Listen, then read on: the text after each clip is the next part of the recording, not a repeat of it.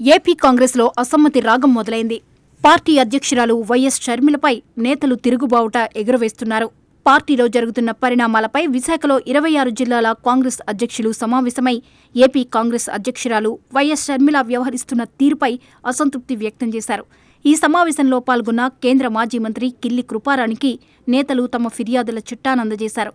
షర్మిల నాయకత్వంలో పార్టీ కార్యకర్తలను, సీనియర్ నేతలను నిర్లక్ష్యం చేస్తున్నారని, పార్టీ కార్యకలాపాల విషయంలో జిల్లా నాయకులను నిర్లక్ష్యం చేస్తున్నారని నేతలు ఆరోపిస్తున్నారు. పీసీసీ చీఫ్ను మార్చాలనే నినాదాన్ని ఈ సమావేశంలో నేతలు వ్యక్తపరచడం ఇప్పుడు కాంగ్రెస్లో హాట్ టాపిక్గా మారింది.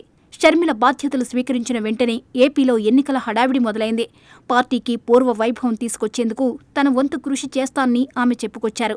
కాంగ్రెస్ పార్టీకి వైఎస్ రాజశేఖరరెడ్డికి ఉన్న అనుబంధాన్ని వివరిస్తూ వైఎస్ను బ్రాండ్గా చేసుకుని ఎన్నికల్లో ప్రచారం చేశారు.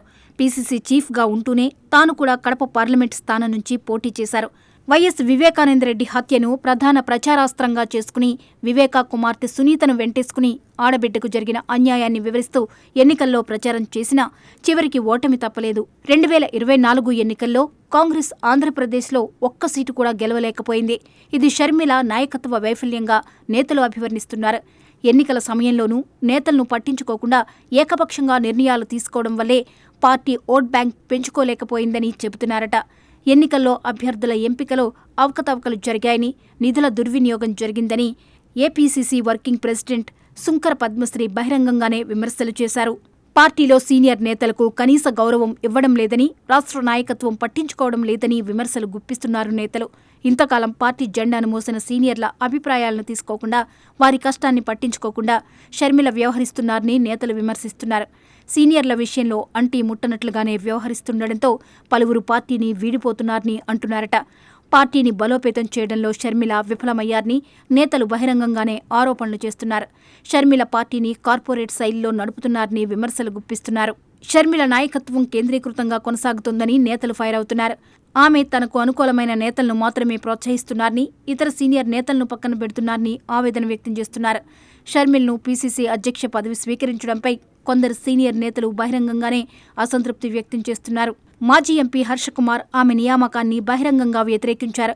విశాఖ సమావేశంలో పాల్గొన్న మాజీ కేంద్ర మంత్రి కిల్లి కృపారాణి కూడా షర్మిలపై విమర్శలు చేశారు. భవిష్యత్తులో కాంగ్రెస్ పార్టీ ఆంధ్రప్రదేశ్లో బతకాలి అంటే ఖచ్చితంగా కొన్ని నిర్ణయాలు తీసుకోవాల్సిందేనని కృపారాణి చెప్పారు. నాయకుల అభిప్రాయాలను పార్టీ హైకమాండ్ దృష్టికి తీసుకువెళ్తామన్నారు. ఎవరిని మార్చాలనేది మా ఉద్దేశం కాదంటూనే కాంగ్రెస్ పార్టీ ఏపీలో బ్రతకాలంటే కొన్ని కఠిన నిర్ణయాలు చాలా అవసరమని నేతలు ఖచ్చితంగా చెప్తున్నారు.